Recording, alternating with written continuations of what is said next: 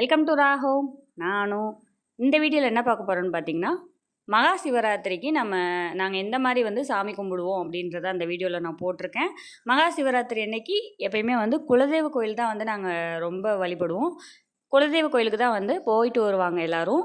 நாங்கள் வந்து ரொம்ப தூரத்தில் இருக்கிறனால நாங்கள் வீட்டிலேயே வந்து குலதெய்வத்தை நினச்சி சாமி கும்பிட்டுக்குவோம். பட் மாசி சிவராத்திரி முடிச்சுட்டு ஒரு 1 வீக் ஆஃப்டரில் வந்து பார்த்திங்கன்னா, நாங்கள் பங்காளிங்கள்லாம் சேர்ந்து கோயிலுக்கு போயிட்டு வருவோம், குலதெய்வ கோயிலுக்கு. அது போன வருஷம் கூட தம்பிக்கு வந்து காது குத்தணும் இல்லைங்களா, அந்த டேட்டில் தான் வந்து அந்த மாதிரி போயிட்டு வந்தோம். ஸோ இந்த வருஷம் வந்து பார்த்திங்கன்னா, இனிமேல் தான் நாங்கள் போக போகிறோம். இப்போ அதனால் நான் வீட்டிலேயே வந்து சாமிக்கு வந்து நான் எல்லாமே வச்சு சாமி கும்பிடுவேன். அதாவது அதிரசம், அப்புறம் வந்து நவதானியம் சொல்லுவாங்க, அந்த பயிர்கள்லாம் வச்சு உப்பு போட்டு வெறும் உப்பு போட்டு அவிச்சு இது பண்ணுறது, அப்புறம் மாவிளக்கு இந்த மாதிரிலாம் வச்சு நாங்கள் சாமி கும்பிடுவோம். நான் வந்து சேலையும் சாமிக்கு வச்சு மல்லிகைப்பூ இதெல்லாம் வச்சு நான் சாமி கும்பிடுவேன். ஸோ அதுதான் இதுக்கு வந்து பார்த்திங்கன்னா, அதிரசம் வந்து நாளேலாம் செஞ்சு வச்சிடக்கூடாது.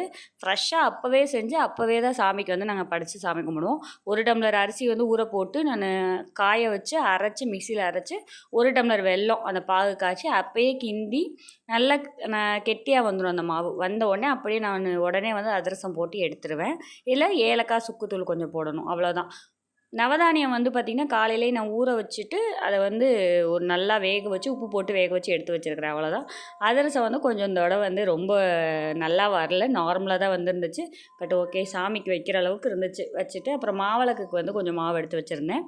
அது மாவிளக்கு வந்து நான் சர்க்கரை போட்டு ரெடி பண்ணியிருந்தேன், ஏலக்காய் தூள் போட்டு நெய் போட்டு விளக்கு போடுறதுக்காக. இதுதான் வந்து நவதானிய பருப்புகள் அப்படின்னு சொல்லுவாங்க. அதில் ஒரு 4, 5 பருப்பு வீட்டில் இருக்கிற பருப்புகளை வச்சு நான் சாமி கும்பிட்டுருவேன், அவ்வளோதான். இந்த சாரீ தான் வந்து நான் எடுத்துகிட்டு வந்திருந்தேன். இந்த சாரீ வந்து 600 வந்துச்சு.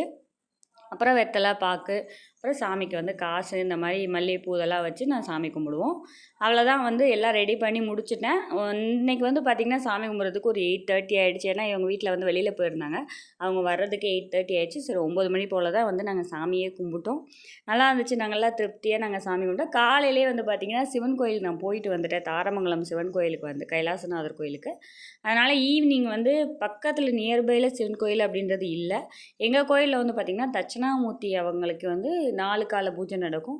ஸோ வீட்டில் சாமி கும்பிட்டுட்டு ஒரு 9 மணி ஃபஸ்ட்டு பூஜை மட்டும் போய் நான் கோயிலில் போய் சாமி கும்பிட்டுட்டு வந்துட்டோம். ஏன்னா வந்து நைட்லலாம் வந்து தம்பி வச்சுட்டு போயிட்டு வர முடியாது இல்லைங்களா, அதனால் நாங்கள் ஒரு பூஜைக்கு மட்டும் போய் சாமி கும்பிட்டுட்டு வந்துட்டோம்.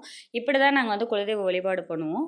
நீங்கள்லாம் வந்து எப்படி உங்கள் குலதெய்வத்துக்கு வந்து எந்த நாளில் இயர்லி ஒன்ஸ் ஏதாவது ஒன்று கும்பிடுவீங்க இல்லைங்களா, அது எந்த டைமிங்கில் கும்பிடுவீங்க அப்படின்னு சொல்லிட்டு கமெண்ட் பாக்ஸில் கமெண்ட் பண்ணுங்கள், நாங்கள் தெரிஞ்சுக்கிறோம்.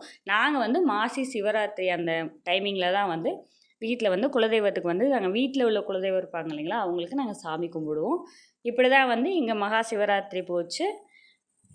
எங்கள் அம்மா வீட்டிலலாம் பார்த்திங்கன்னா, கோயில் வந்து பக்கத்துலேயே இருக்கும். ஸோ பங்காளிங்கள்லாம் சேர்ந்து போயிட்டு ஈவினிங் வந்து சாமிக்கு எல்லாம் வச்சு படையெல்லாம் வச்சு சாமி கும்பிடுவாங்க. நான் வந்து ஏன் ஈவினிங் வந்து நாங்கள் சாமி கும்பிட்றோம்னா, எங்கள் மாமியார் வந்து எப்போயுமே வந்து எல்லாமே வந்து ஈவினிங்கில் தான் செய்வாங்க. ஏன்னா மளிகை கடை வச்சுருக்காங்க எல்லோரும். ஸோ எல்லோரும் காலையில் வர முடியாது. ஏன்னா காலையில் வந்து வியாபாரம் நல்லா நடக்கும்.